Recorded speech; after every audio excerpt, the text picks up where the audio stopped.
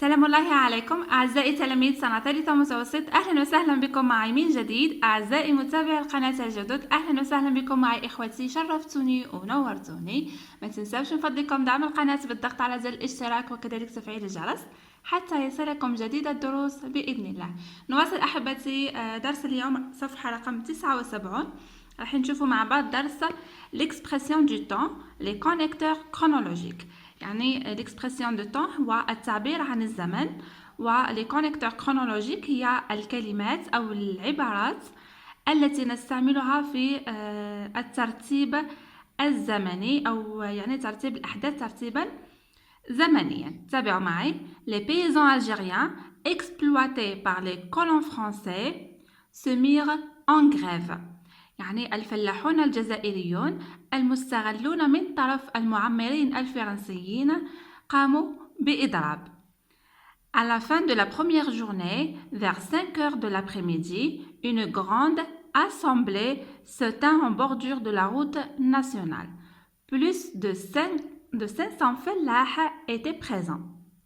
يعني في نهاية اليوم الأول حوالي الساعة 5 في المساء أو بعد الزوال كان هناك تجمع كبير على حافة الطريق الوطني.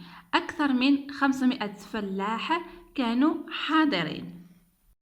Au moment où les groupes commençaient à se séparer, un métayer s'engagea à donner satisfaction à leurs revendications.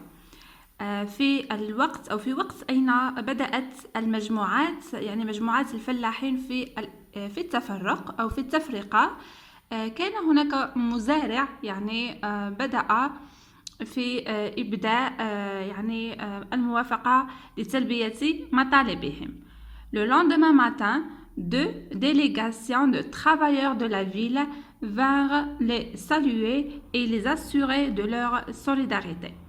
وفي الغد صباحا وفدان من عمال المدينة قدموا حتى يحيوا الفلاحين ويطمئنوهم ويتضامنوا معهم.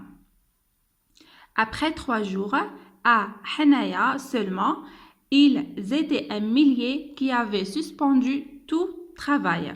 La grève gagnait de proche en proche. يعني 3 أيام فيما بعد حنايا، هذه منطقة في منطقة حنايا فقط، كان هناك حوالي 1000 من الفلاحين أو العمال الذين علقوا كل الأعمال.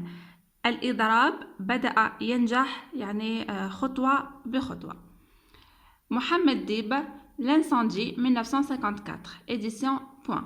يعني هذا النص مأخوذ من كتابات الأديب الجزائري الكبير محمد ديب، هو كاتب باللغة الفرنسية، من رواية الحريق. voilà. نواصل هنا أحبتي. Je lis et je repère. Premièrement, quelle indication les groupes de mots en gras te donnent-ils؟ ما هي المؤشرات التي تعطيها مجموعة الكلمات المكتوبة بالخط الأسود الغليظ؟ يعني في هذا النص كما راكم تشوفوا عندنا à la fin de la première journée vers 5 heures de l'après-midi، عندنا كذلك au moment où les groupes commençaient à se séparer، le lendemain matin، وعندنا après 3 jours. يعني هاد العبارات واش نفهموا منها؟ يعني راح نفهموا بلي هي تعطينا تحديد لزمان وقوع الأحداث. Voilà, donc la réponse راح تكون il donne des précisions sur le moment de l'action. Voilà.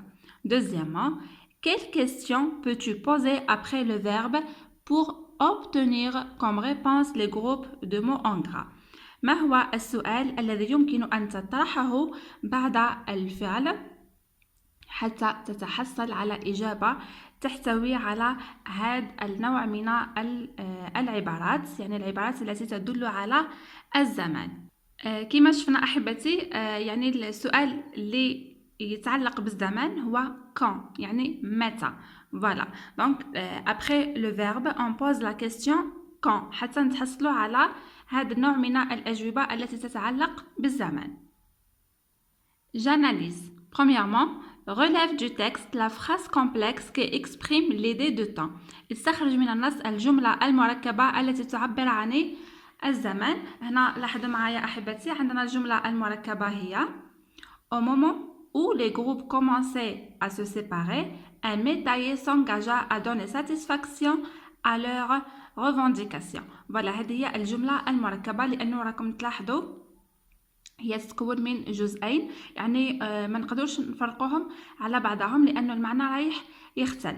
دونك عندنا هذه هي لا بون ريبونس تاع السؤال الأول.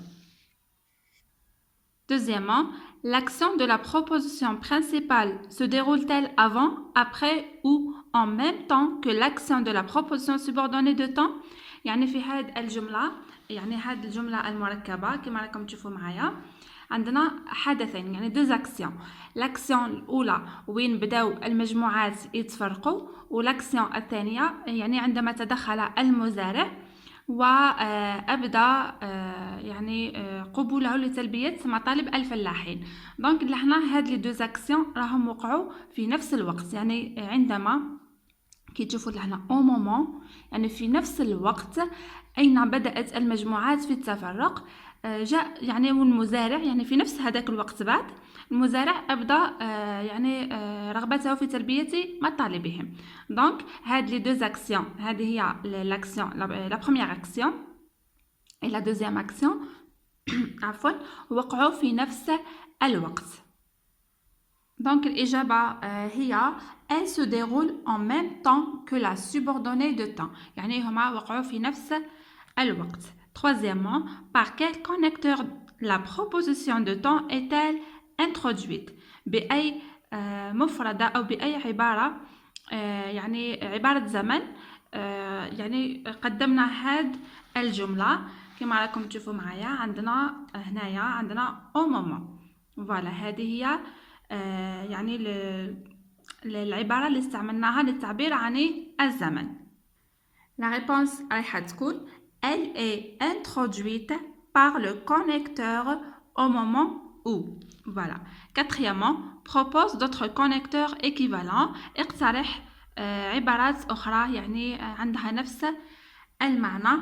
Donc عندنا les connecteurs هما dès que, aussitôt que, au moment où, quand, lorsque, pendant que. يعني هاد العبارات كامل تعطينا نفس المعنى تاع au moment où، يعني في نفس الوقت. Faisons le point. Les connecteurs de temps organisent le déroulement des événements d'un récit dans un ordre chronologique. أدوات الزمنية أو أدوات الربط الزمني تنظم ترتيب أو وقوع الأحداث في مقالة أو في نص وبترتيب chronologie أو بترتيب زمني. Il exprime la durée, la date et le moment, la fréquence et la succession. وهي تعبر عن المدة اللي هي la durée, la date et le moment يعني التاريخ واللحظة، وكذلك la fréquence هي التكرار يعني تكرار وقوع الأحداث، ولا succession هي التتابع أو الترتيب. فوالا عندنا la date et le moment التاريخ واللحظة، عندنا hier, la veille, au mois de novembre, etc. hier يعني البارحة، la veille يعني في المساء أو في الليلة السابقة، au mois de novembre في شهر نوفمبر. يعني لما تصيبوا هاد لي كونيكتور دو طون يعرفوهم باللي يعبروا على لا دات اي لو مومون. عندنا لا سكسيسيون هو التتابع او الترتيب، يعني لما نرتبوا الاحداث من اول حدث الى اخر حدث راح نستعملوا d'abord puis ensuite enfin، يعني هادو كذلك ce sont des connecteurs de temps نستعملوهم للترتيب. لا فريكونس هو تكرار وقوع الحدث، عندنا parfois احيانا، عندنا souvent parfois عفوا بعض المرات، souvent احيانا، de temps en temps من وقت الى وقت، يعني هادو يعبروا على لا فريكونس. عندنا لا durée اللي هي المدة، لدينا depuis يعني منذ مدة par exemple، durant يعني أثناء ذلك وقع الحدث. فوالا أحبتي هادو هما en général les connecteurs de temps اللي نستعملوهم حتى نرتبوا الأحداث. فوالا وهاد لي كونيكتور رايحين يعني نستعملوهم بزاف في يعني في لي ريسي هيستوريك، يعني في الكتابات التاريخية نستعملوهم باش نرتبوا الأحداث. فوالا أحبتي، هذا فيما يخص صفحة رقم 79. نتمنى تكونوا فهمتوا ويكون الشرح سهل وبسيط. يعني كما شفتوا الدروس راهي سهلة، راهي بسيطة، يعني فقط لازم عليكم تتبعوا معايا من الأول حتى تفهموهم، وفيما بعد ان شاء الله راح نديروا الملخصات والمراجعه، راح نلقاكم يعني واجدين معايا وراح نتفهموها بكل سهوله. بهذا نكون احبتي وصلنا لنهايه هذه الصفحه. ما تنساونيش من صالح دعائكم، ما تنساوش احبتي بارطاج الفيديوهات وكذلك الضغط على زر الجام يعني ما عادش نشوف فيه بزاف لي فيديو، ما على باليش اسكو بالك ما همش يعجبوكم. اذا عجبكم لي فيديو كثروا لي من لي جام سيل بلاي، يعني لي جام راح يعاونوني بزاف في القناه. فوالا اترككم في رعايه الله وحفظه وسلام الله عليكم.